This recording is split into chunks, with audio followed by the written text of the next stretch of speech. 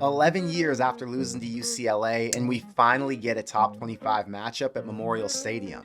Colorado was important since Nebraska was able to move on from its past, but Illinois gives them a chance to prove that they belong. Raiola and his O-line shined in the preseason. The staff flexed their talent against younger, less experienced coaches, but the warm-up's done. Big Ten teams want to remind Nebraska where they belong on the food chain. So today we'll talk about Illinois' path to victory, where Nebraska matches up best, and I'll give you my final score prediction. But what's up, guys? I'm Connor Hayden, and this is Corn Crazed. If you're a fan of Nebraska or the Big Ten, hit the subscribe button so you don't miss my post-game reaction. And if you think the defense gives up less than 20 points this week, hit the like button and help us get to 1,000. But now, let's get into it. He's hit and set. He's taking a shot downfield, wide open end zone, caught, touchdown.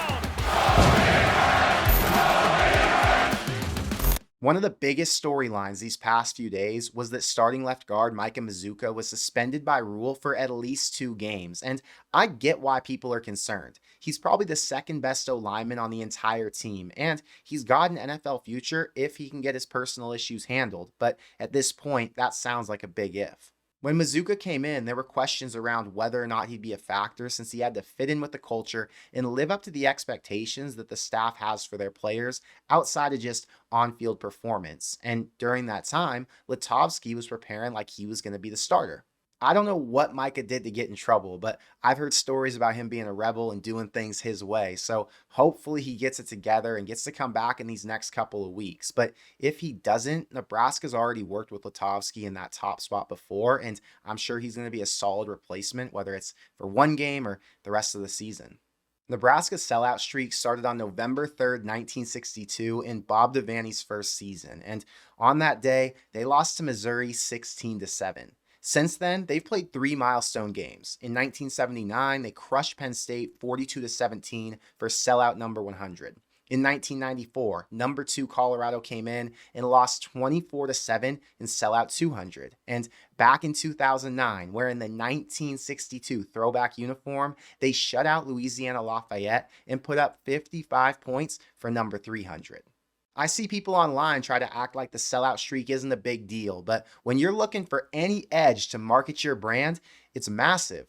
Rules talked about the first thing he does when a recruit comes for their visit, and it's showing off the sellout streak banner inside the stadium. This game's big because it's a top 25 matchup. It's important because it's an in-conference game, but when you're trying to bring in 4- and 5-star recruits, showing them how important football is to the state of Nebraska can be a serious difference maker. This record will never be broken, and the free advertising this game's going to get from Fox, Barstool, Bleacher Report, ESPN, and every other social media page that talks about college football is going to be worth hundreds of thousands of dollars in online impressions. And most importantly, it's another reminder to the world that Nebraska has been, still is, and forever will be one of the most relevant programs in college football. I'm going to give you my thoughts on the matchup, but first, I got to shout out today's sponsor, Prize Picks. Elijah sent me this $15 NFL Sunday lineup that paid him $150 with only 3 player picks and a free Caleb Williams square. Then this morning, Jake sent me this $5 flex play for Monday Night Football that paid out $185 on 6 players. Imagine what the payout would have been if that was a power play. If you haven't made an account on the app yet, you can sign up with our promo code CORN and get $50 instantly when you play your first $5 lineup. And you don't even have to win to get that $50 promo. Prize Picks offers a ton of sports, and all you do is choose which players are going to go for more or less than the app has listed. Scores, yards, catches, points, they've got it all. And this week, I've already seen some lines for Raiola and Dowdell that I'm going to have to add to a lineup. For the entire month of September, they're offering a promo for Caleb Williams to throw for at least 1 yard every week. So make sure you include that square in your lineups for a free winner every week this month. Prize Picks is available in Nebraska, California, Texas, and over 30 other states. So if you see your state colored in, you can play there. I give out my lineups on our Friday night live streams and in our Corn Craze Discord group, which you can join for free if you click the link in the description below. But if you have a good read for which players are about to have a big game or you think somebody's going to struggle, you can use our promo code CORN and join us over there. Since 2014, Nebraska's played 16 games against ranked opponents in Memorial Stadium, but they've only won 3 of them. In 2016, they beat number 22 Oregon as a 3-point favorite, but since then, all we've seen is losing. Illinois and Nebraska have a pretty back and forth history, at least recently they do. Since 2018, the series is tied at 3-3, and it took a dominant performance by the Blackshirts last season to break a 3-game losing streak. Nobody considers these two rivals, but they've played each other 11 years in a row, so they're very familiar, and neither's coming into this game scared of a ranking or any of the hype they see online. Brett Bielema's team's coming in 3-0 with wins over Eastern Illinois, Kansas, and Central Michigan. So maybe a little tougher schedule than Nebraska's had since Kansas was ranked and Central Michigan's tougher than UTEP, but they've had a very similar path to start this season. Vegas had this team going 5-7 this year, but that was mostly because they returned Luke Altmaier at QB, and he was a major liability in the turnover department. Things changed for him, though. 3 games in, and he's completing 69% of his passes. His QB rating's up 30 points, and he's thrown 6 TDs with 0 interceptions. I think part of it's more familiarity with his team and development in his second year as a starter, but the other part is his receivers. Pat Bryant returned as the number 1 target after 3 years as a starter, and after putting up almost 3,500 yards at UTSA, Zachary Franklin transferred in and leads the team in receptions. Unlike Colorado, Bryant and Franklin are bigger-bodied possession guys who can win one-on-ones even though they might not create as much space with their speed. And Altmaier having so much success early in the passing game makes this group confident and dangerous at the same time. Illinois has typically been a solid run team, but the O-line struggled to get a push up front, and Caden Fegan's numbers reflect that. He's averaging 4 yards a carry and has 3 TDs, but the run defenses he's faced did a good job containing him. Nebraska's front 7 matched up great with the Illinois line the last time they played, and I'd argue while Hutmaker, Butler, and Robinson all got better, Illinois kind of stayed the same. They're going to have to run the ball so White doesn't get comfortable against a one-dimensional offense, but the strength on this team are the receivers, and if Altmaier can stay alive with pressure in his face, he's going to complete passes downfield. Think about what Luke Fickell wanted to build at Wisconsin, then imagine what it would look like if he succeeded. Bielema stole that blueprint. He took a former 4-star dual-threat QB from the Lane Kiffin system. He has multiple NFL-caliber receivers, and the run game with Big Ten-style backs exists, but it's not the priority. Rule mentioned that Nebraska's defense has problems containing mobile QBs that keep plays alive, and while Aiden Dunn struggled to make things happen last week, this offense has better linemen, better play calls, and better athletes all over the field who can take advantage of Nebraska's secondary. On defense, Illinois' strength is their defensive backs. In just 3 games, they already have 6 interceptions, and they're tied for second nationally with a +8 turnover margin. For context, Nebraska's only +3. But Nebraska's first instinct won't be to throw. They've got 3 backs averaging 4, 6, and 9.5 yards a carry. Satterfield's going to run downhill until Illinois proves they can stop it. The D-line that was elite 2 seasons ago lost their NFL talent, and now they're looking like a middle-of-the-pack Big Ten unit. I saw the Kansas and Central Michigan lines open up huge holes that led to big runs for their backs, and if Nebraska's able to win up front consistently, they're going to rush for over 200 yards on Friday. But let's go back to the secondary, because they've been great tacklers, and they're making plays on the ball when they're presented the opportunity. But Dylan Raiola is not Jalen Daniels. He's not whatever the guy's name is from Central Michigan. He makes smarter decisions. He'll burn a ball before he throws it into a bad spot. And most importantly, he has coaches that won't call the risky plays that those other teams did.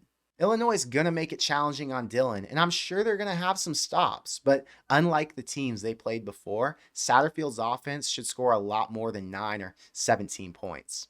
Looking at the edge this week, I'm taking Nebraska's offense because they won't be one-dimensional. And until I see Bielema's line step up against a Big Ten front, I'm going to expect most of their success to come through the air. On defense, again, got to go with the more complete unit. Just from a talent comparison, Nebraska's what Illinois was back in 2022. NFL DBs, NFL pass rushers, sound linebackers, and an elite coordinator with a head coaching future.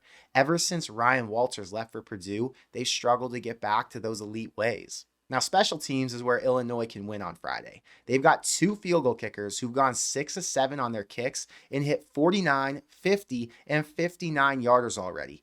Nebraska can't say the same.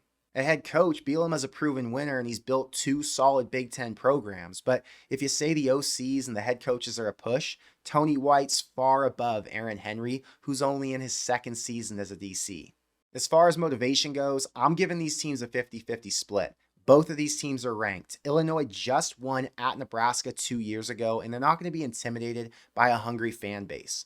A win for either team gives them a massive confidence boost going forward, and that top 25 ranking moves to top 20 overnight. In a game where both teams want the win just as bad, it's going to come down to who executes in the biggest moments. Vegas set this line at 8.5. It jumped all the way up to 9.5 this morning, but now it's down to 8 since a majority of the bets are coming in on Illinois. Usually Big Ten games come down to 3 points or they stay within one score, but historically, one of these teams dominates the other. Since 2018, the final margin of victory was 8 or more 5 of the 6 times they played, and if you're a Nebraska fan, you're probably leaning towards that trend continuing. But here's what concerns me. Rule isn't coaching to cover big spreads. He's coaching to win. And if Nebraska has the ball up 7 with 6 minutes left, I'd be afraid he just wants to hold onto the ball instead of trying to score again. Looking at the two teams, I'd lean Nebraska -8, and I kind of like the under at 42.5. But playing more than a touchdown spread, knowing Illinois has a big play offense that should be able to score at least 17, makes me nervous to bet on this one. For Illinois to pull off the upset, they'll need to expose the Nebraska secondary and find success downfield to get the pressure off the line of scrimmage so Fegan or McCray can find holes to run the ball. And they can't win just with field goals, but if they can at least end drives and points, they'll never be out of the game. For Nebraska to win, the path's much cleaner. Don't give up yards because of stupid penalties. Contain Altmaier so he doesn't run all over you. Tackle in space after their receivers catch balls 10 yards downfield, and dominate their D-line so Dowdell and Ramir Johnson can run wild and put up a good 200 yards on the ground. I think the crowd plays a factor again this week, and although Illinois is used to playing in Memorial Stadium, they've never seen a team and a fan base who believes in Nebraska the way they do now. Raiola keeps hearing the same nonsense narrative that he's a true freshman QB who's about to get tested by a real defense for the first time in his life, and he's anxious to prove that what he's shown so far wasn't just because it was non-conference play. Matt Rule's team's on a mission this year, and this will be a great test, but another they'll pass. So give me Nebraska to win 27-17 on a historic night in Memorial Stadium where the college football world gets put on notice. Nebraska still isn't back, but Friday night's another step closer. But I want to know what you think, so let me know in the comments below. Do Illinois' superstar kickers make you concerned that they'll never be out of a game, or are you confident Nebraska's offense can score touchdowns in the red zone? Is the 8-point spread too big, or do you think that's fair given home field and the talent advantage? And what's your final score prediction for Friday night? I know we expected to see blowouts these last few weeks, but now things get tough and any win is going to go down as a good win. But that's all I've got for today. So until next time, thank you for being here, and I will see you tomorrow night. Go Big Red.